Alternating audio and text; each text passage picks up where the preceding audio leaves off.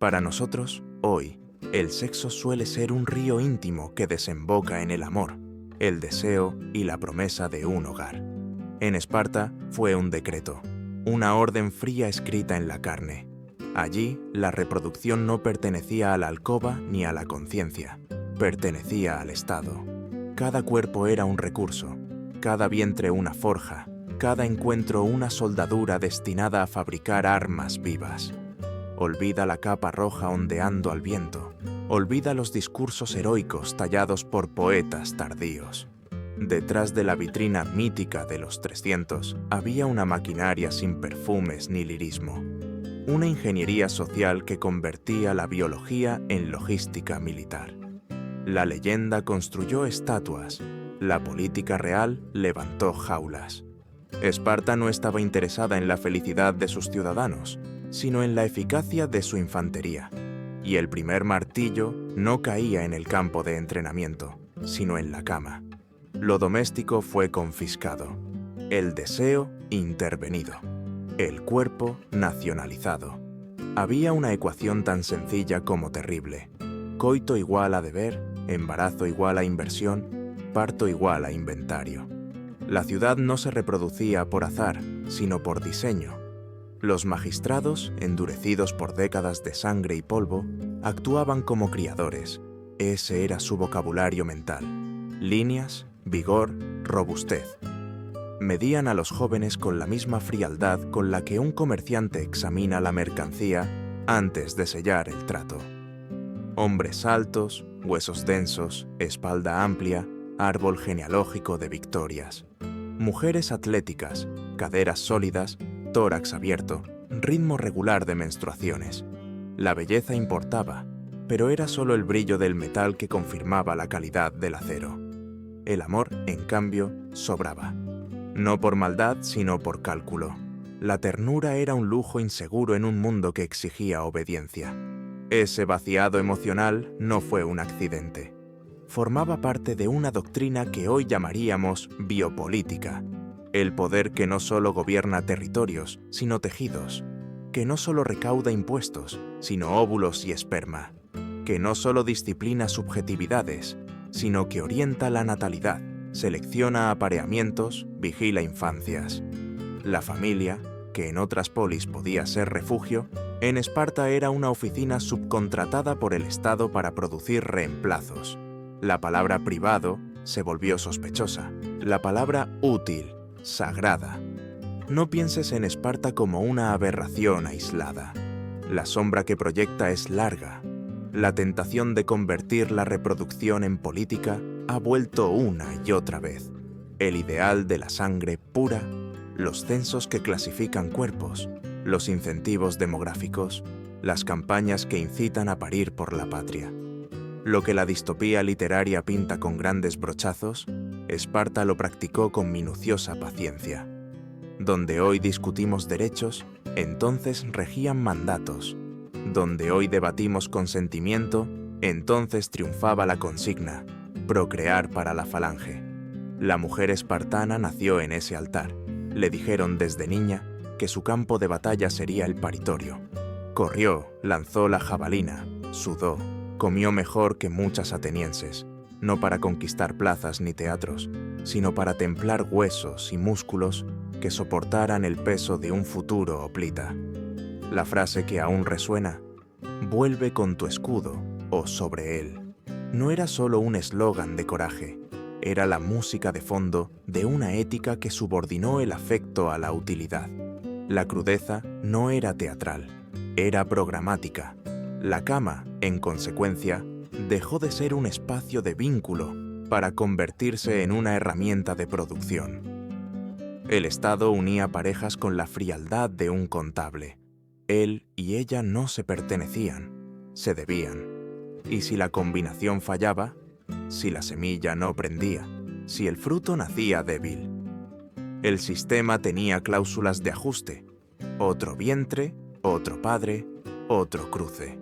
No había escándalo, porque no había secreto.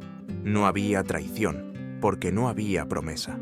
Solo una administración de vientres al servicio de un proyecto que confundía virtud con rendimiento. Pero incluso allí, en ese laboratorio de cuerpos, se incubaba un precio silencioso. Si educas a generaciones enteras a entender el sexo como orden, el deseo se vuelve ruido.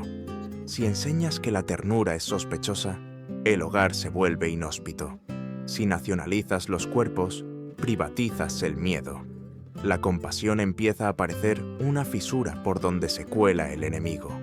Esa mutación moral, más que cualquier lanza, fue el arma secreta de Esparta. Un ciudadano capaz de considerar la vida solo bajo la luz de su utilidad. Del amor quedó la sombra. El reverso de aquella eficacia era, sin embargo, una erosión lenta. La sociedad que más admiró el músculo fue la que menos comprendió la fragilidad como inteligencia. Lo que la agoge soldaría más tarde, silencio, dureza, astucia, ya había sido trazado en este prólogo sexual. El niño por venir sería propiedad pública desde el embrión. La madre, una funcionaria de la natalidad. El padre, un proveedor de rasgos. La noche nupcial no prometía biografías, sino inventarios. Tal vez por eso, cuando miramos a Esparta desde el presente, sentimos un escalofrío familiar. Las tecnologías cambian, las consignas se actualizan, pero la tentación de administrar lo íntimo no muere. Más hijos para la patria, menos hijos para la pobreza, cuerpos aptos para la productividad. Es el viejo idioma del poder intentando escribir en nuestro ADN. Esparta nos sirve aquí como espejo oscuro. Cuanto más perfecta la máquina, más alto el costo invisible. Antes de oír los gritos en el altar de Artemisa o de seguir a los muchachos hambrientos robando queso bajo los látigos, conviene sostener esta idea entre los dedos. El primer campo de entrenamiento del hoplita fue el vientre de su madre. Allí empezó la marcha. Allí se plantó la semilla de una obediencia que convertiría a hombres en engranajes. Y todo, paradójicamente, en nombre de una libertad que solo entendía el acero. Cuando el mito cae, queda el diseño. Y el diseño, en Esparta, fue la domesticación de la vida al servicio de la guerra. Desde ese punto ciego, la cama convertida en cuartel, se comprende el resto. La selección de parejas, el juicio del recién nacido, la agoge, la cripteia, el matrimonio en la oscuridad. Todo era coherente, como lo es también la cuerda que aprieta un nudo corredizo. Lo que parecía virtud austera era, en el fondo, una administración minuciosa del miedo. Aquí empieza nuestra historia, no en el chocar de los escudos, sino en el susurro de una consigna que baja por los corredores del Estado y entra, sin permiso, en las habitaciones. Procrear no es amar. Procrear es obedecer. Ese fue el génesis de los héroes y también el germen de su ruina. El matrimonio en Esparta no era una ceremonia, era un contrato genético. Ninguna flauta sonaba, ningún poeta recitaba, solo el sonido seco de la decisión estatal. Tú y tú, dos cuerpos combinados según la aritmética de la fuerza. Los ancianos del consejo observaban a los jóvenes con el ojo práctico del criador que selecciona sementales para una raza.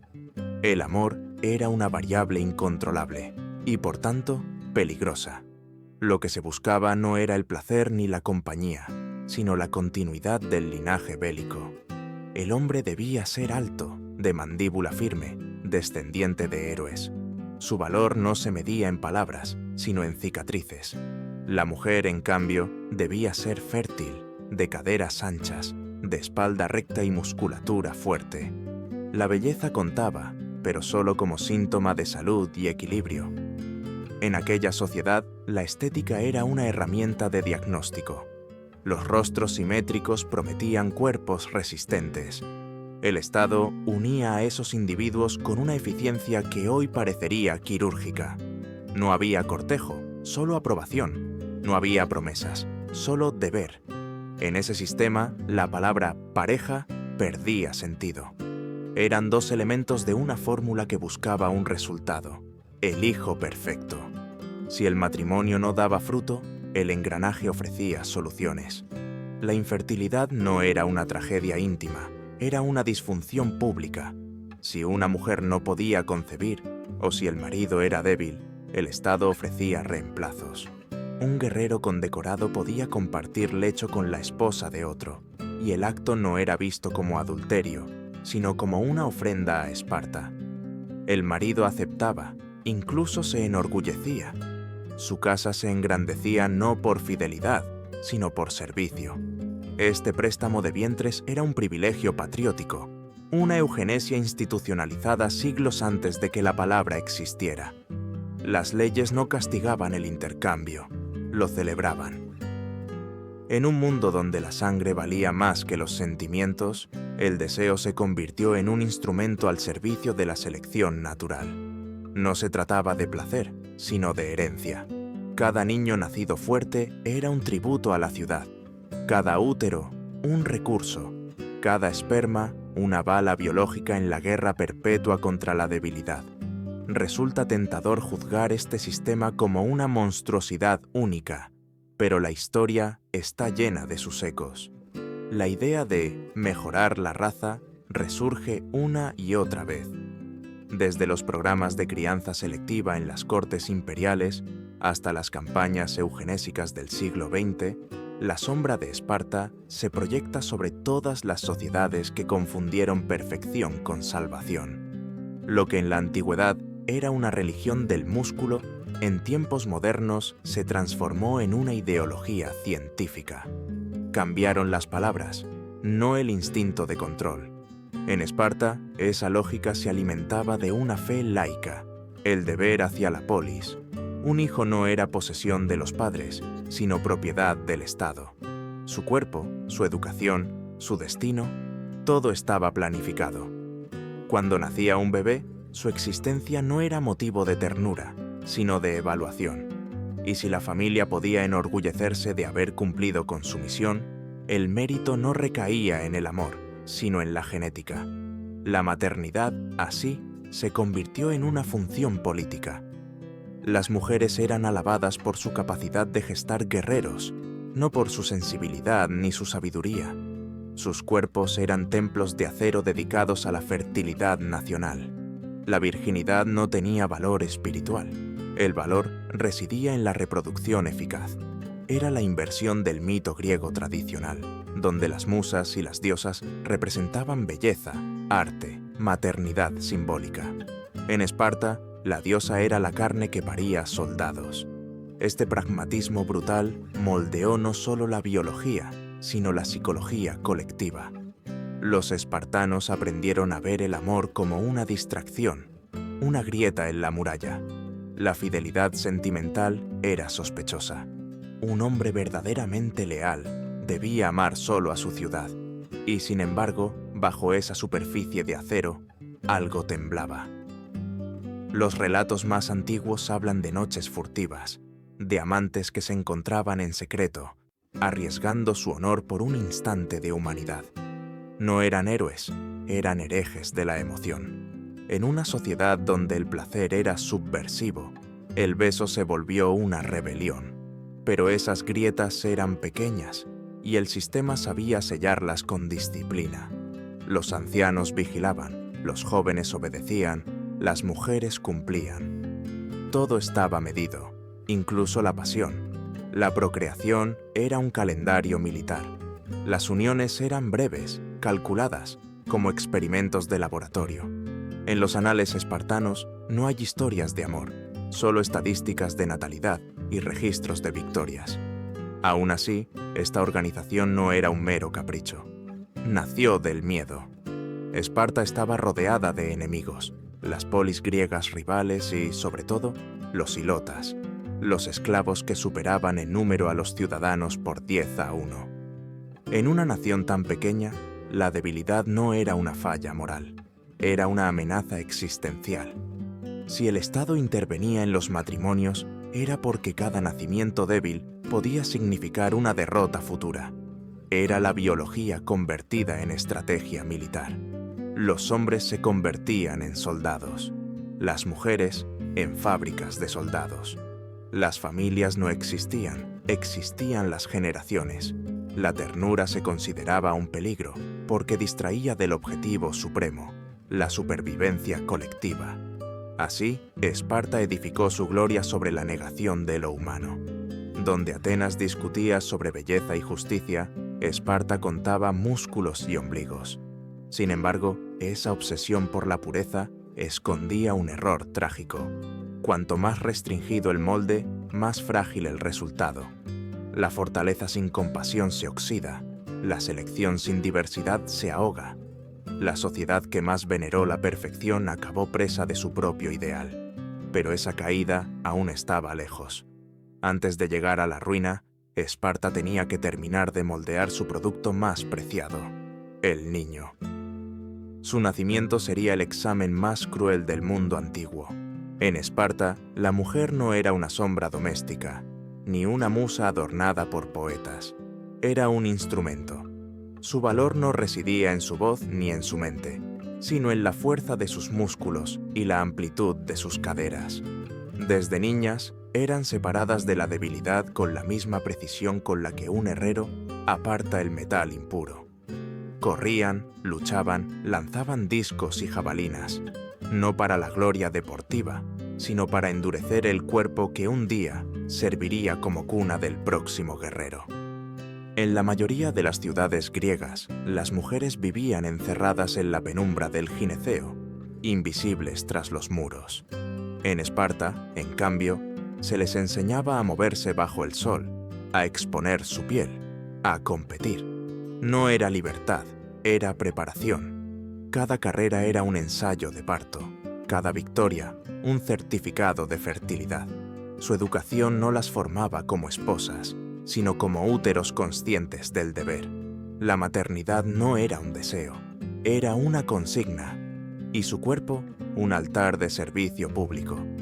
Les repetían que su campo de batalla sería la cama de partos, y que su muerte en el alumbramiento sería tan gloriosa como la de un hoplita en el frente.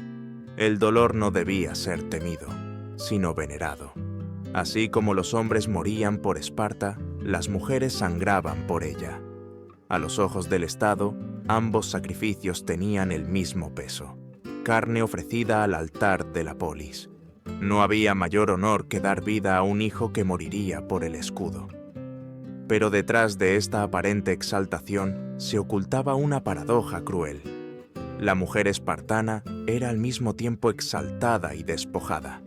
Se la celebraba por su fuerza, pero se le negaba la elección. Se le permitía entrenar, hablar en público, administrar propiedades, pero todo ello bajo una condición: que su poder sirviera al propósito reproductivo. No era emancipada, era funcional. Su libertad tenía límites de hierro. El filósofo Platón observó el sistema con una mezcla de admiración y desconcierto. En sus leyes, veía en Esparta una aproximación a la igualdad de sexos, una sociedad donde las mujeres podían entrenar junto a los hombres y participar, de algún modo, en la vida pública. Pero lo que Platón no comprendía era que esa igualdad era una máscara. El Estado no había liberado a la mujer, la había reprogramado. Donde Atenas encerraba, Esparta moldeaba. Donde los atenienses callaban a sus esposas, los espartanos les enseñaban a gritar, pero solo con signas patrióticas. Los poetas griegos, escandalizados, las describían como salvajes. Decían que las espartanas tenían piernas de atleta y lenguas de hierro, que se reían de la fragilidad masculina, que su insolencia era un escudo invisible. Pero esa dureza no era insolencia, era adoctrinamiento. Desde niñas aprendían que la compasión era debilidad, que llorar era vergüenza, que el amor a un hijo debía medirse por el valor con que él moría, no por el dolor que ella sentía al perderlo. Imagina una niña de 12 años levantando una lanza bajo el sol del Peloponeso, mientras su instructora le grita: «Tu cuerpo no es tuyo, es de Esparta». Esa frase, repetida como mantra, perforaba el alma. La anatomía se convertía en ideología. Las jóvenes crecían con la certeza de que sus entrañas pertenecían a la patria, no al deseo. La ovulación, la gestación, el parto, eran capítulos de un calendario nacional. A través de esa disciplina se cultivó una psicología colectiva única. Las mujeres se convirtieron en guardianas del ideal guerrero. No solo parían soldados, sino que los moldeaban. Se les enseñaba a burlarse de los hombres cobardes, a escupir sobre los que huían del combate, a sentir orgullo, no dolor, ante las muertes heroicas. La maternidad se transfiguró en una religión de acero. La madre amorosa murió. En su lugar nació la madre espartana, que amamantaba con leche y con órdenes. Los extranjeros que visitaban Esparta quedaban fascinados y horrorizados. Aristóteles las criticó con dureza. Decía que el poder de las mujeres era una de las causas de la decadencia espartana, que su libertad era peligrosa, que su influencia corrompía, pero él no entendía que aquellas mujeres no eran libres, sino esclavas de un ideal. El Estado las había convencido de que su valor dependía del hijo que ofrecían al ejército, y ellas lo creyeron, con fervor, con fe, con orgullo. Esa fe las hizo más implacables que los hombres. Hay relatos de madres que mataron a sus propios hijos cuando estos regresaron derrotados. «¡No has nacido de mi vientre!», gritaban. Era el fanatismo convertido en moral. La maternidad, que en otras culturas era el refugio de la ternura, se transformó allí en un campo de entrenamiento del desprecio. Y sin embargo, detrás de ese fanatismo, puede oírse una resonancia universal, el eco de todos los regímenes que han utilizado el cuerpo femenino como instrumento del Estado. Desde los programas de madres heroicas hasta las campañas que premian la fertilidad patriótica, la historia se repite. Esparta fue su primer laboratorio. Al final, las mujeres espartanas fueron la argamasa invisible de la maquinaria. Forjaron hijos, sostenían hogares vacíos, mantenían el fuego del deber mientras los hombres dormían en los cuarteles. La ciudad las reverenciaba, pero no las escuchaba. Su sudor alimentaba la guerra, su silencio la perpetuaba. Ellas también eran soldados, aunque su enemigo no estuviera fuera, sino dentro, su propio cuerpo, convertido en territorio del Estado. Así, cuando un niño abría los ojos por primera vez, no lo hacía en los brazos de una madre, sino bajo la mirada del Estado. Y lo que venía después sería aún más cruel, porque en Esparta, incluso el nacimiento era una prueba. El nacimiento en Esparta no era un milagro, era una inspección. En el resto del mundo griego, un recién nacido era recibido con cánticos, plegarias y amuletos. En Esparta, con silencio. La madre apenas tenía tiempo de respirar antes de que los ancianos del Estado se llevaran a su hijo. Aquella ceremonia no se celebraba en un templo, sino en un espacio desnudo, frío y rocoso, la lese, el lugar de reunión. Allí se reunía la Jerusía, el consejo de ancianos, hombres endurecidos por la guerra, curtidos en la muerte. Eran ellos quienes decidirían si esa pequeña vida merecía continuar. El proceso era despiadado, pero metódico. Desnudaban al niño, lo levantaban frente a la luz, observaban la forma de sus piernas, el arco de su espalda, la fuerza de su llanto. Buscaban imperfecciones, un temblor, una asimetría, un sonido débil. Cada detalle contaba. Si el bebé mostraba vigor, era aceptado. Si no, era marcado con el silencio. No había apelación ni súplica. La decisión se tomaba en minutos, pero pesaba generaciones. Aquello que para nosotros sería una monstruosidad, para ellos era simple lógica. Esparta vivía rodeada de enemigos y superada en número por los hilotas. Cada ciudadano debía ser un muro de carne, una pieza de la fortaleza. Un niño enfermo no era solo un problema médico, era una grieta en la defensa. La compasión era un lujo que podía costar la supervivencia. Para los espartanos, el sacrificio de un bebé débil no era crueldad, era higiene. Los cronistas antiguos cuentan que los niños rechazados eran llevados al monte Taygeto, al lugar llamado Apótetas, los depósitos. Allí, en una grieta profunda entre las rocas, eran abandonados a los elementos. El viento y los lobos completaban la tarea. No se usaban cuchillos, ni venenos, ni sogas. El Estado no mataba. Simplemente devolvía a la naturaleza lo que la naturaleza había producido imperfecto. Era un razonamiento que hoy nos hiela, pero que en aquella sociedad representaba el más alto acto de patriotismo: eliminar la debilidad antes de que contaminara la fuerza. Las madres sabían lo que ocurría y aún así no lloraban, o al menos no se les permitía hacerlo. El llanto se consideraba un signo de cobardía. Si una mujer gritaba al ver llevarse a su hijo, se le recordaba que no había parido para sí, sino para Esparta. Era un duelo colectivo reprimido en nombre de la virtud. En aquel silencio nacía el verdadero espartano, no el bebé examinado, sino el pueblo que aprendía a callar ante el horror. La frialdad de este ritual no era improvisada. Formaba parte de un sistema más amplio: la eliminación de lo individual en favor de lo colectivo. En Atenas, el nacimiento de un niño reforzaba la familia. En Esparta, reforzaba el Estado. Esa diferencia lo cambiaba todo. Mientras en otras ciudades el amor parental se veía como una virtud, en Esparta era un riesgo. El apego debilitaba la obediencia. Un hijo debía ser entregado al Estado con la misma naturalidad con la que un soldado entrega su espada. Este tipo de selección, que hoy nos parece aberrante, tiene ecos inquietantes en la historia posterior. Los programas eugenésicos del siglo XX, las esterilizaciones forzadas, los estudios sobre mejoramiento racial, todos repitieron, con otro lenguaje, la misma lógica: eliminar lo imperfecto para fortalecer la especie. Lo que Esparta hizo a la intemperie, otros lo hicieron con bisturís y leyes, y siempre bajo una premisa idéntica: el miedo al defecto, el culto a la pureza. Los ancianos espartanos creían que el sacrificio era una forma de servicio. A sus ojos, la muerte de un niño débil salvaba a miles. Ese razonamiento creó una cultura entera de indiferencia ante el sufrimiento ajeno.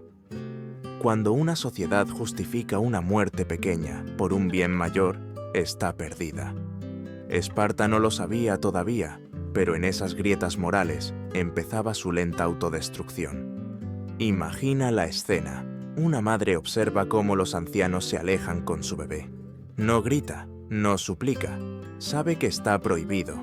Sus manos tiemblan, pero su rostro permanece inmóvil. La multitud la mira. Si vacila, será considerada débil. Si llora, deshonrará su casa.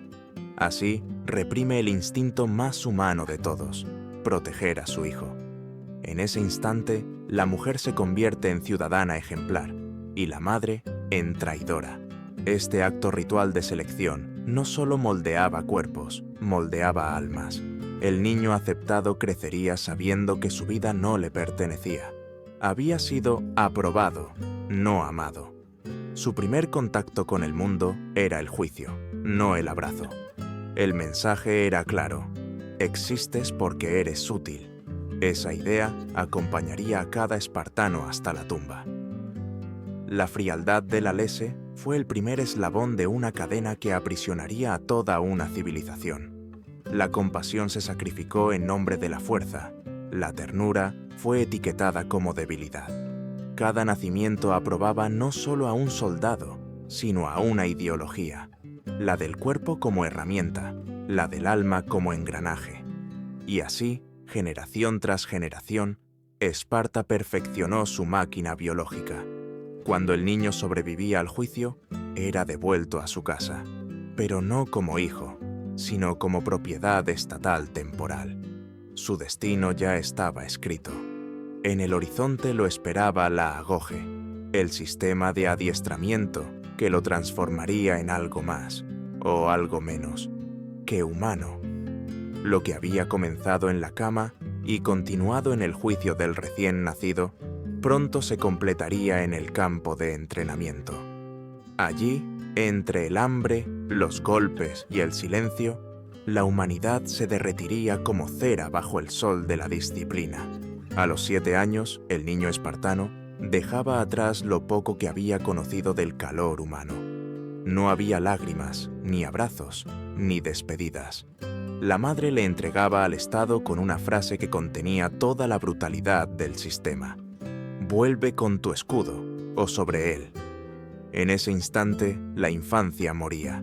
Lo que quedaba era una materia prima lista para ser moldeada por la agoge, el entrenamiento más despiadado que el mundo antiguo haya concebido.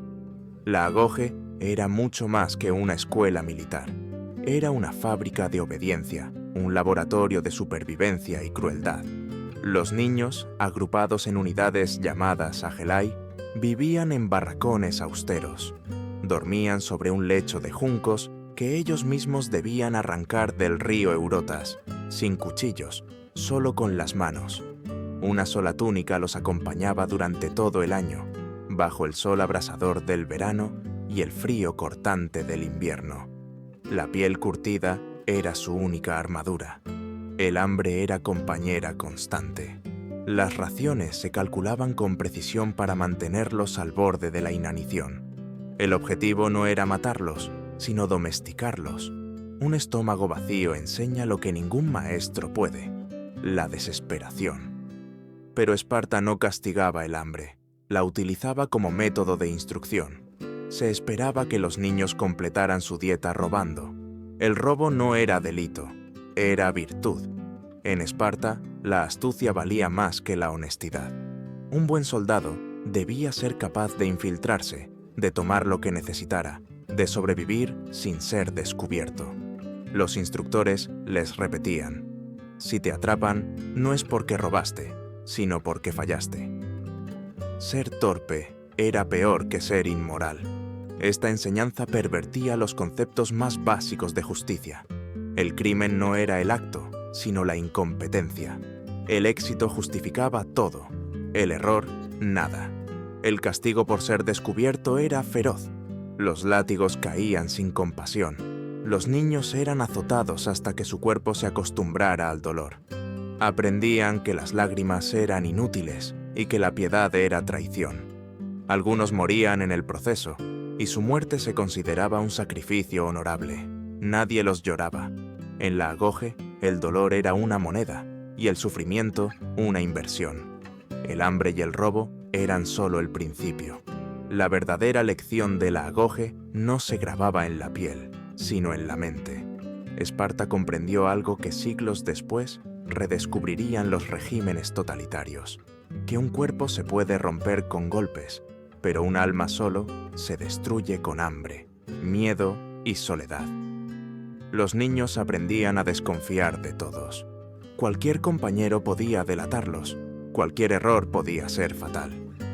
En ese clima de vigilancia mutua, florecía la astucia, pero moría la empatía.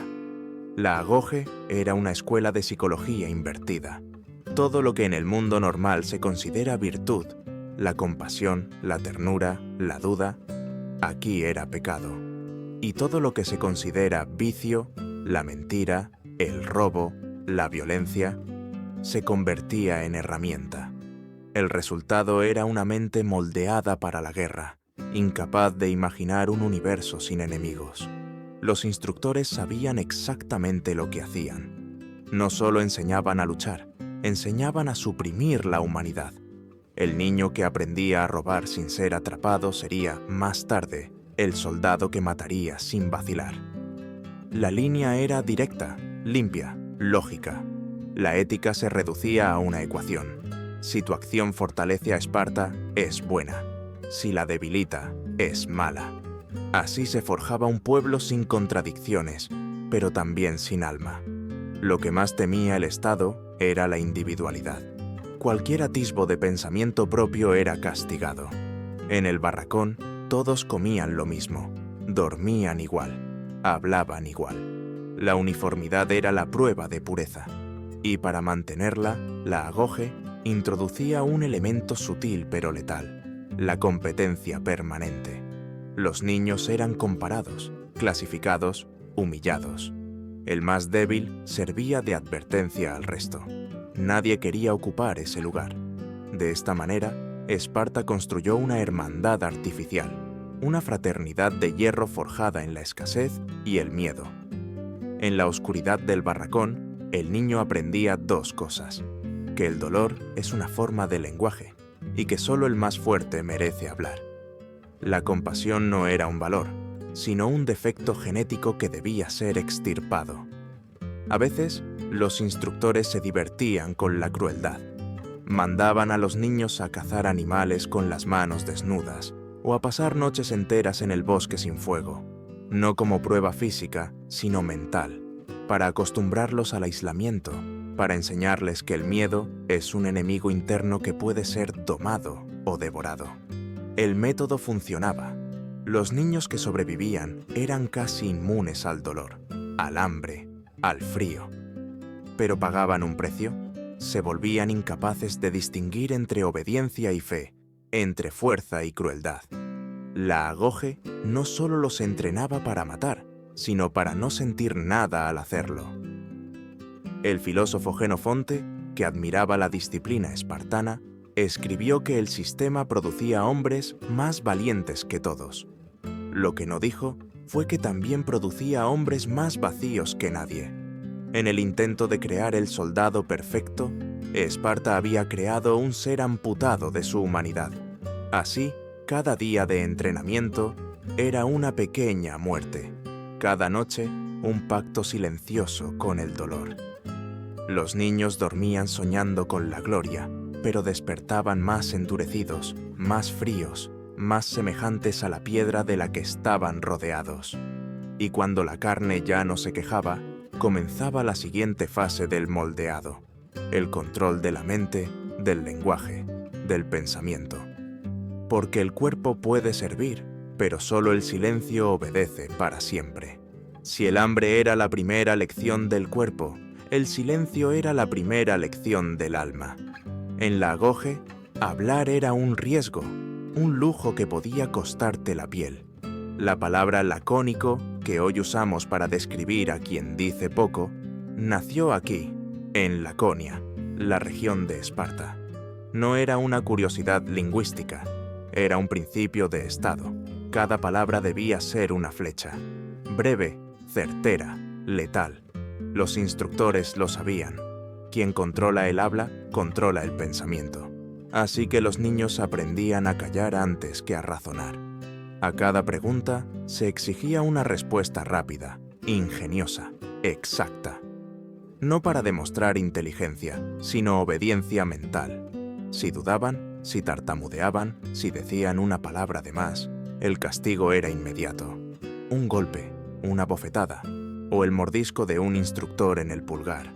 Una lección visceral para que la próxima vez pensaran antes de abrir la boca. Con el tiempo, el silencio se convirtió en una armadura invisible. Hablar menos era sobrevivir más. En Esparta, quien callaba mandaba. La economía del lenguaje se volvió una forma de poder. Las bromas, las preguntas ingenuas, los suspiros, todo podía ser interpretado como debilidad. Y la debilidad era contagiosa, como una enfermedad, pero la disciplina del silencio era solo una capa de la tortura cotidiana. El verdadero terror venía de los propios compañeros. El sistema estaba diseñado para que los mayores dominaran a los más jóvenes. A estos jefes se los llamaba eirenes. Tenían autoridad absoluta. Mandaban, vigilaban, humillaban. No eran maestros, eran verdugos adolescentes, reyes en miniatura del microcosmos del cuartel. La agoge no necesitaba carceleros adultos. El sistema se alimentaba de sus propias víctimas. Durante las comidas, los eirenes lanzaban preguntas trampa. ¿Quién es el ciudadano más valiente de Esparta? ¿Qué piensas del rey? ¿El robo es una virtud? Las respuestas no importaban tanto como el tono. Cualquier titubeo, cualquier duda, podía interpretarse como cobardía o estupidez. Y entonces venía el golpe. No en privado, sino ante todos. La vergüenza era el verdadero castigo, el dolor, solo su eco. Los niños aprendían así que el peligro no estaba solo en los enemigos externos, sino en los ojos de sus compañeros. Se espiaban entre ellos, competían, se traicionaban por sobrevivir. La confianza era una trampa, la amistad, un lujo. El Estado había logrado algo extraordinario, convertir la convivencia en un campo de batalla. En este clima de tensión constante, la mente se afilaba, pero el alma se desangraba. Los niños se volvían astutos, pero no sabios, fuertes, pero no compasivos. La Agoge había inventado la pedagogía del miedo, siglos antes de que los psicólogos hablaran de condicionamiento. El cuerpo respondía a la amenaza antes que a la razón, y ese reflejo, esa obediencia automática, era el secreto de su eficacia en el campo de batalla. Aún así, Esparta necesitaba algo más que disciplina. Necesitaba rituales. Sin rituales, la violencia se dispersa. Con ellos, se consagra.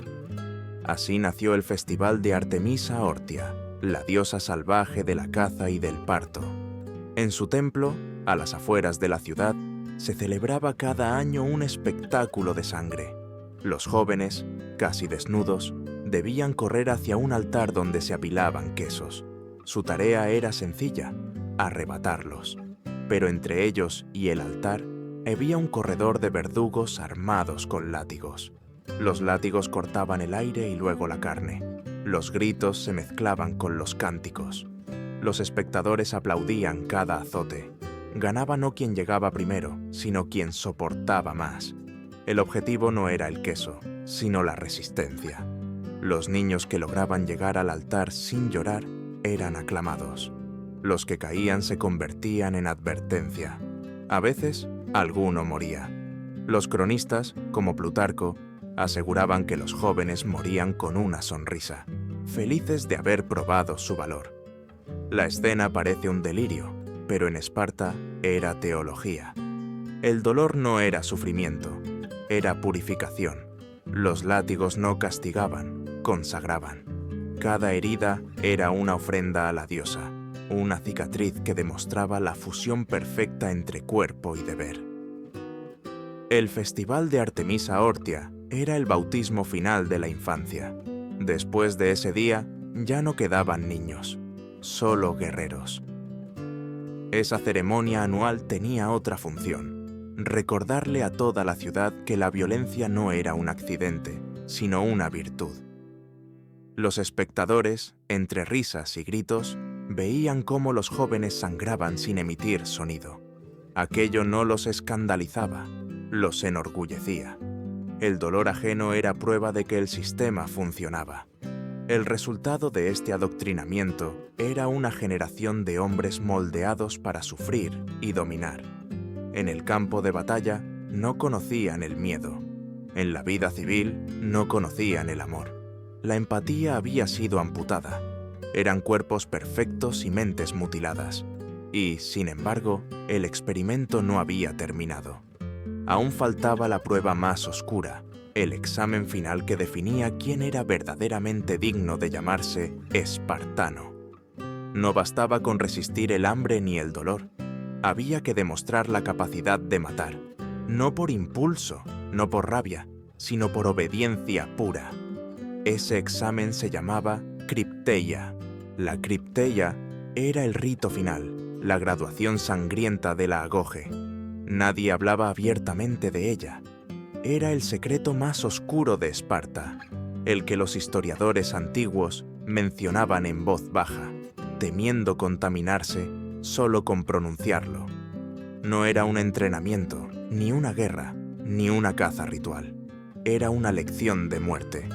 Los jóvenes seleccionados para la cripteia eran los mejores, los más fuertes, los más astutos, los más obedientes.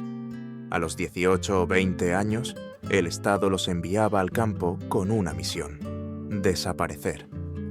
No llevaban armaduras, ni capa roja, ni compañía, solo una daga, una ración mínima de pan y la orden de sobrevivir. Debían esconderse durante el día, moverse solo por la noche y actuar como depredadores. Su objetivo no era un enemigo extranjero, sino el corazón de su propio país: los ilotas. Los ilotas eran la población esclava de Esparta. los campesinos que cultivaban la tierra para sostener a los ciudadanos guerreros. Superaban en número a los espartanos por 10-1. Su sola existencia era una amenaza. Los espartanos vivían sobre una bomba demográfica, un miedo perpetuo a la rebelión. Para controlar esa masa de humanidad sometida, el Estado no confió en leyes ni en diplomacia, sino en el terror. La cripteia era la encarnación de ese terror preventivo. Cada año, antes de que los jóvenes partieran, los séforos, los magistrados supremos, realizaban un acto burocrático tan frío como perverso. Declaraban oficialmente la guerra a los hilotas. Con una sola frase, convertían a toda una clase social en enemigo del Estado. Desde ese momento, matar a un hilota no era asesinato, era acto de guerra. La legalidad purificaba la atrocidad. Durante semanas, los jóvenes criptes vagaban por los campos de Mesenia, acechando entre los olivos y las sombras. No atacaban al azar. Su tarea era identificar a los hilotas más fuertes, más inteligentes, más orgullosos, aquellos que podían convertirse en líderes, los que hablaban demasiado, los que miraban a los ojos a un espartano. Esos eran los elegidos. Los cazaban de noche, en silencio, con precisión quirúrgica. Las víctimas no gritaban, porque sabían que nadie acudiría en su ayuda. Era una matanza sin testigos, sin juicio, sin redención. Así se completaba el adiestramiento.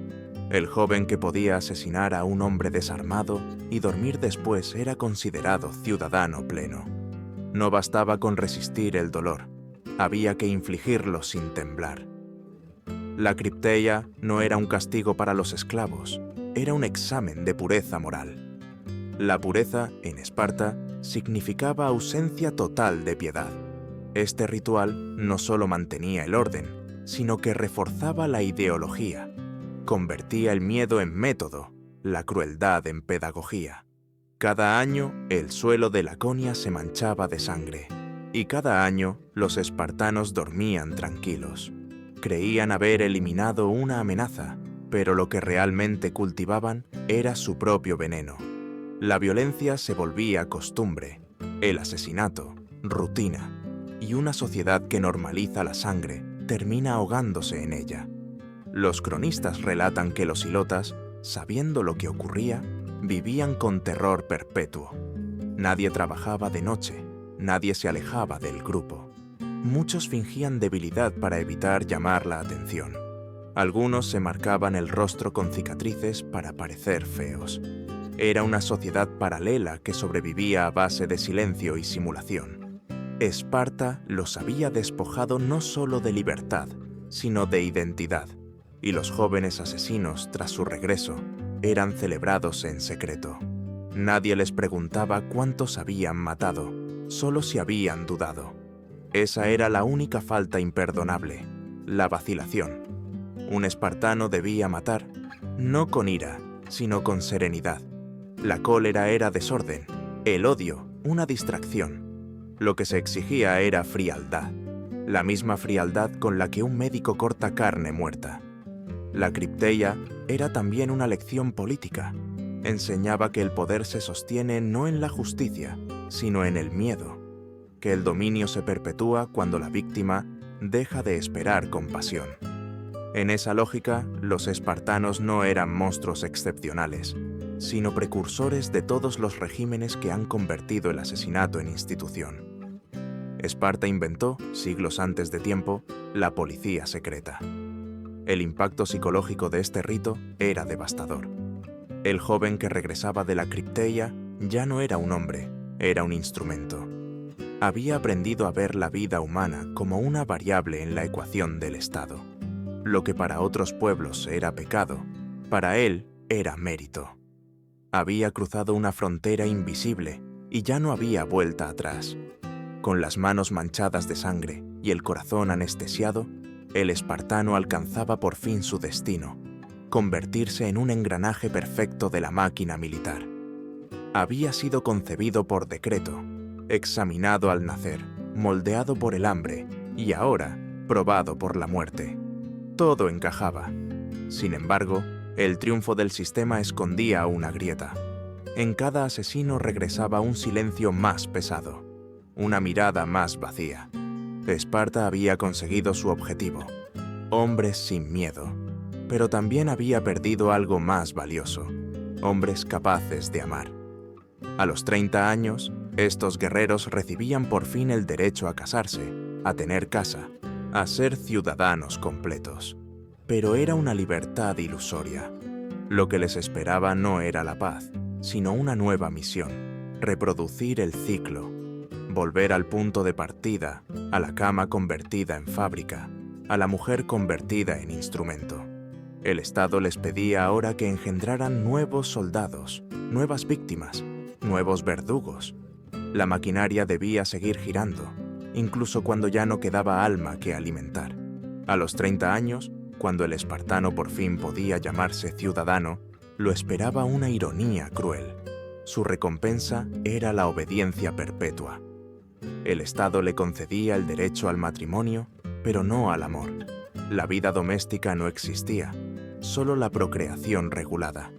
Después de haber aprendido a matar sin vacilar, debía ahora aprender a engendrar sin sentir.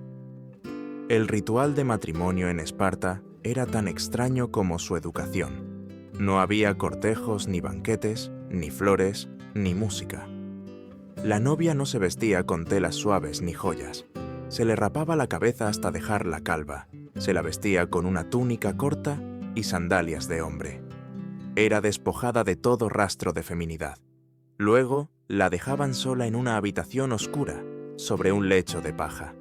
Mientras tanto, el marido, todavía viviendo en los barracones con sus camaradas, debía escabullirse de noche, sin ser visto, para consumar la unión. Entraba en silencio, la poseía en la oscuridad, y antes del amanecer, regresaba a su cuartel. Ni besos, ni palabras, ni caricias. Solo la función. Todo debía ocurrir rápido, sin ternura, sin familiaridad. Se creía que la brevedad mantenía el deseo vivo, pero sobre todo, evitaba el apego. La intimidad era una amenaza para la lealtad al Estado. Esta práctica, que a ojos modernos parece inhumana, tenía un propósito político claro: impedir que el hombre formara vínculos más fuertes con su esposa que con su unidad militar. La familia debía ser un apéndice de la falange, no su competencia.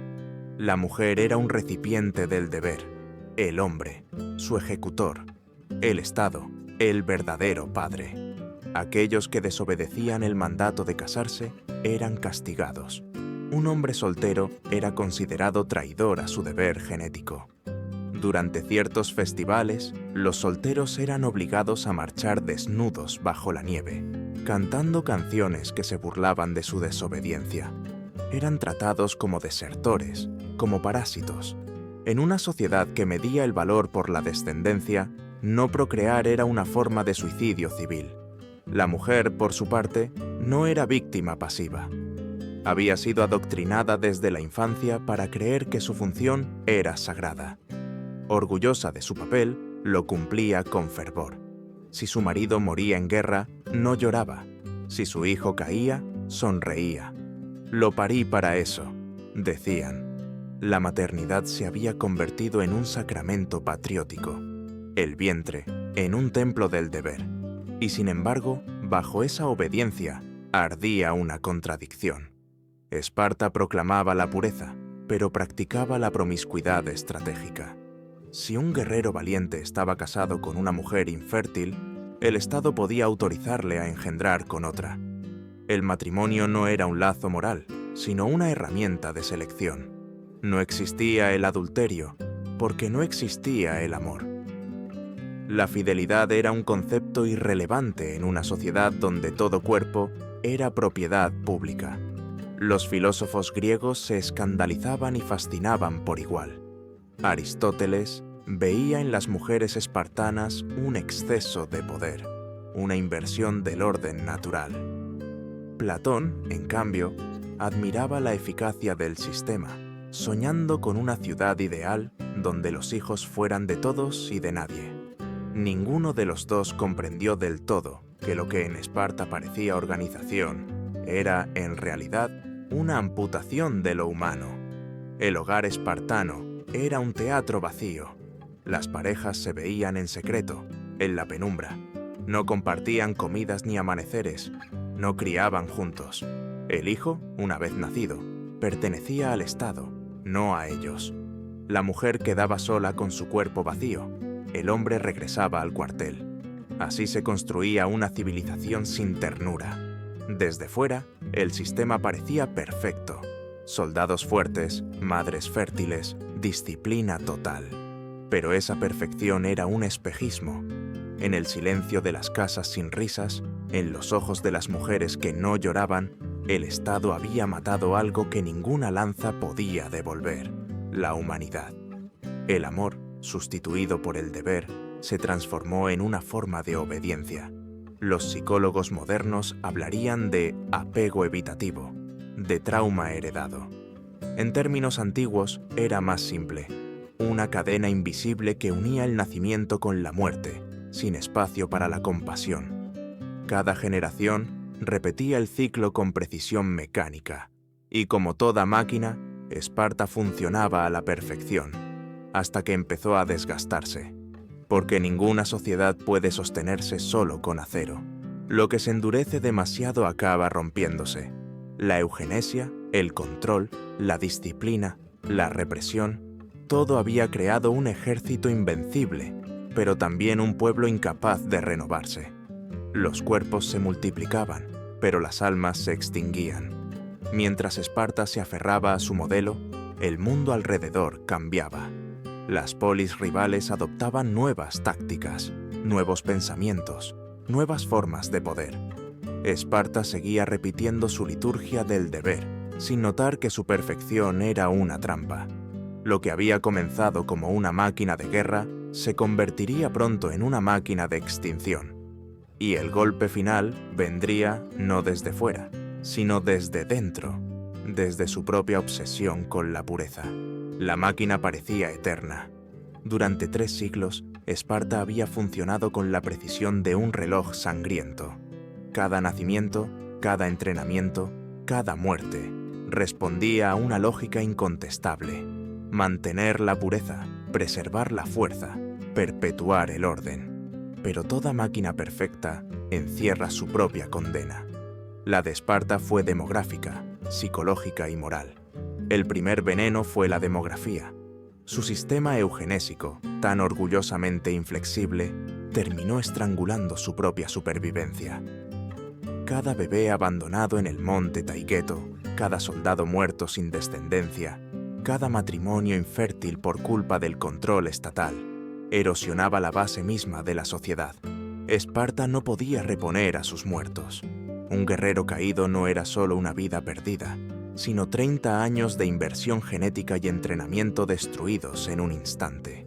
Mientras otras polis podían reclutar miles de campesinos o artesanos, Esparta dependía de un puñado de iguales, ciudadanos de sangre pura.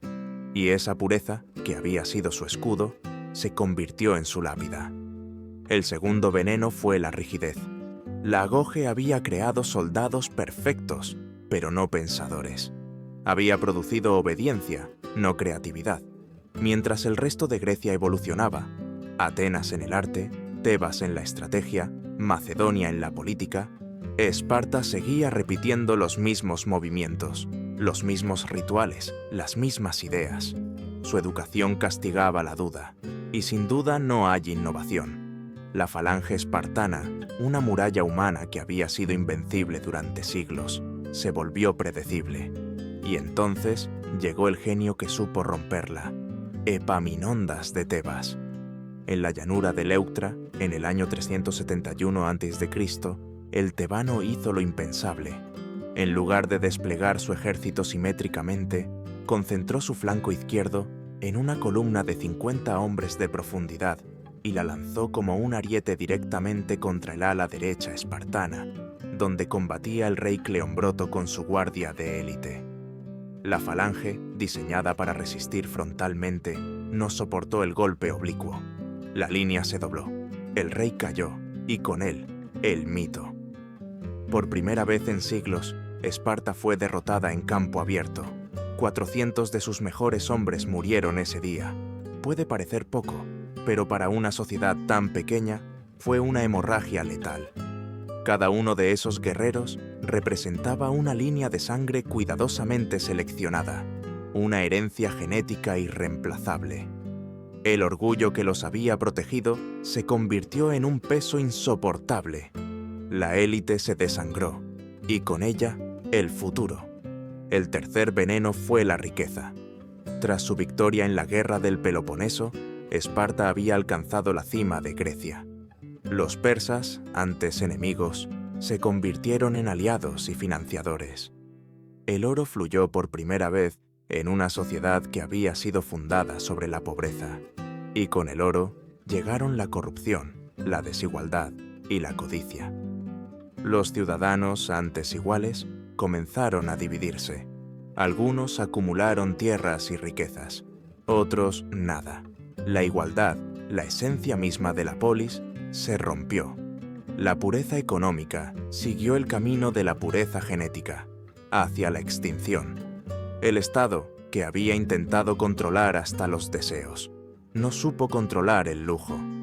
Los hombres que habían aprendido a despreciar la comodidad se enamoraron de ella. Los hijos de los héroes crecieron blandos, confiando en glorias pasadas.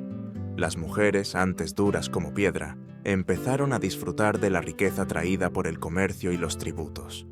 La disciplina se relajó. La austeridad se volvió teatro. Esparta seguía repitiendo sus rituales, pero sin fe.